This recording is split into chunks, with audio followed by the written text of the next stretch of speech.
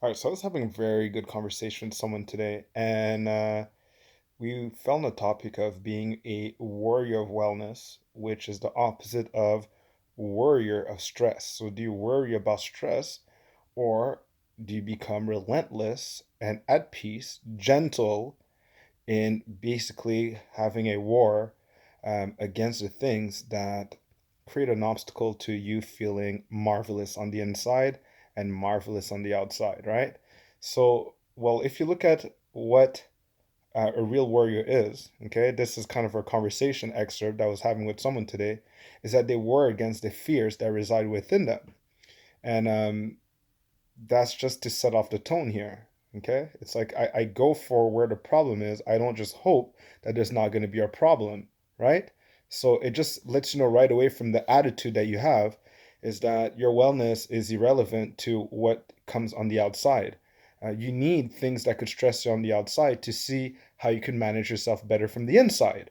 And it's your own fears that you already have on the inside that need to be addressed, not what happens on the outside, right?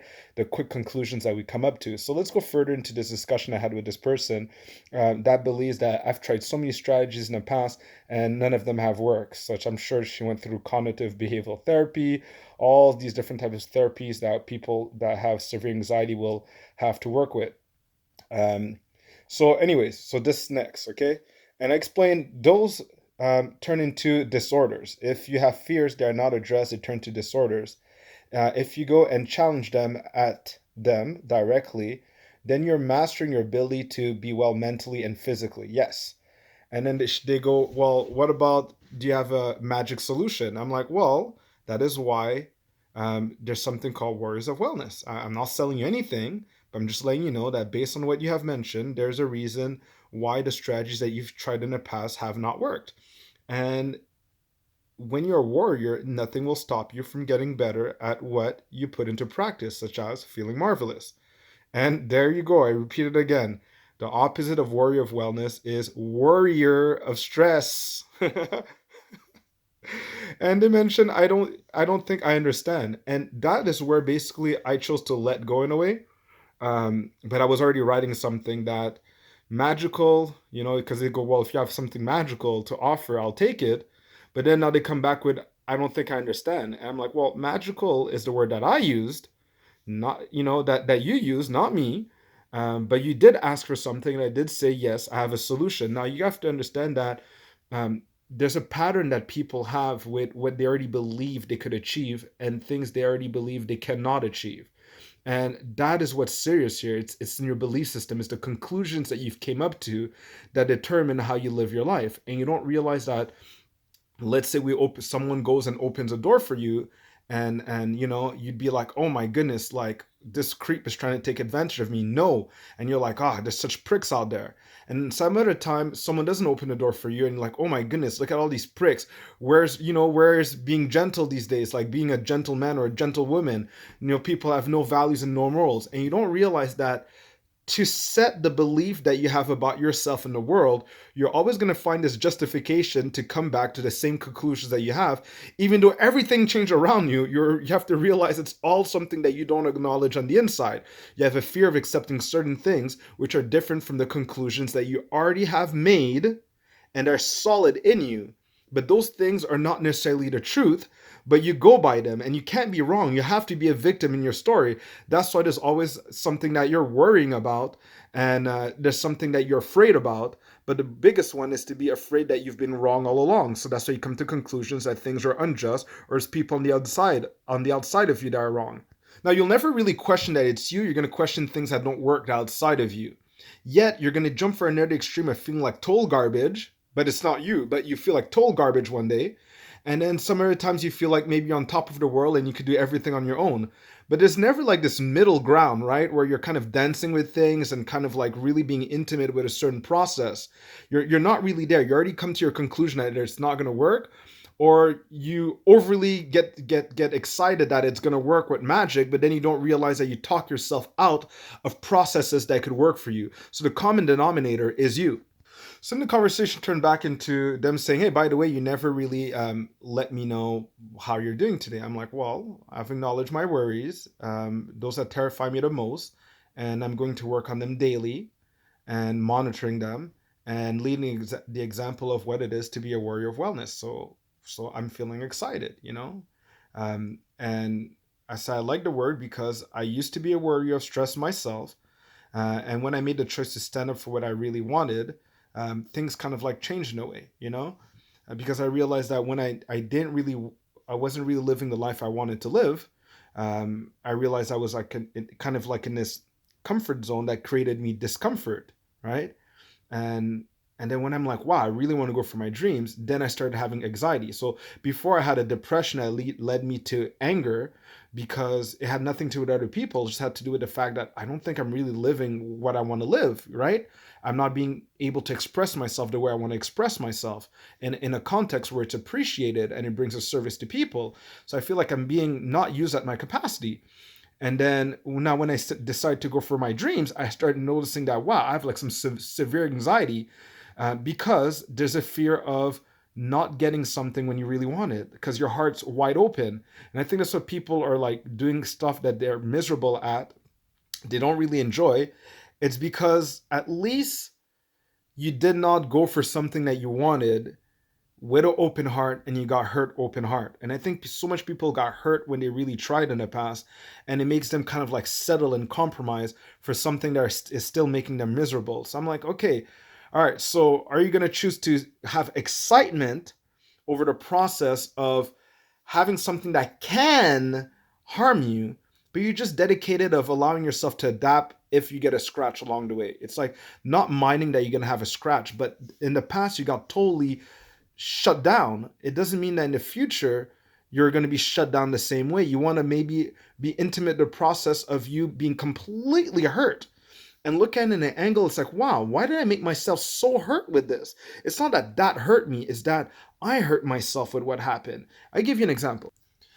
Some part of my relationship ended, and at some part it ended, and I had someone that I felt at the time really, really betrayed me. The way it happened, I was betrayed by I felt betrayed by two people simultaneously that were close to me. And then I realized that with time, I kept pissing myself off like over and over again with what happened. But what happened is long gone. But to keep it alive and to keep myself angry, I had to keep re-justifying why what they did was unacceptable.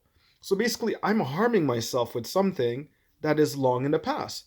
So if I'm a warrior of my wellness, I have to understand that that way of thinking, that habit I have of mind, is not a habit that helps with my wellness. It doesn't allow me to use that energy and think about how I could get a life and do things that matter to me, and am I monitoring the things that bring me true well-being, such as what are the things right now in my life that if I had them, I would be happier? What are the activities I really want to do that are really meaningful to me, and can I monitor that I'm getting closer and closer to the bigger ones, and I'm perfectly living the ones that are on a smaller scale that I could have every day in my life?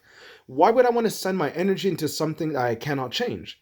So then, as a warrior of wellness, my wellness in the present moment is so important that the habit of holding something back to someone needs to disappear. I could sit down once and for all and acknowledge what I like, what I didn't like, why it triggered me so much, and the next time something like that happens, that's the nature of things. And I don't need to take it personally. The behavior maybe is disgusting. Let the person be. I could just go on with my life. I don't have to be in any interconnection with them anyways. So I don't need to try to forgive them. I just don't even have to accuse them at all. Thank you for letting me know humans could do such things. Next. And this is how the conversation ended with this person. Is I was explaining to them that once I was able to identify certain things on my part that would always reharm me again and again and again, once they were clearly identified, it's easier for me to adapt a strategy where I could be proactive with, wait a minute, this is a type of situation where I would lose it, where even though I know something, I wouldn't be able to apply it because I can't feel that something I don't want is about to happen. So I have to have this kind of like proactive, like umbrella, where I could breathe and I could be in a certain state of mind, so I'm ready if something's going to happen. I actually activated something that expects it to happen, so I'm not going to be triggered and thrown off of my strategy of wellness, right? So I have like this unbothered attitude, but I will sit down and study why it could possibly harm me. So I could create an antidote so it doesn't harm me. And I'll leave you what Jim Rohn said. It's basically said, get fascinated at what frustrates you. And that is something I find that's very powerful, because then it's like you acknowledge that you could do something about it, and it's not really going to require you a huge effort if you just kind of like understand that it's a predictable pattern and it's not necessarily your choice. So go for better, stop trying to excuse your reactions.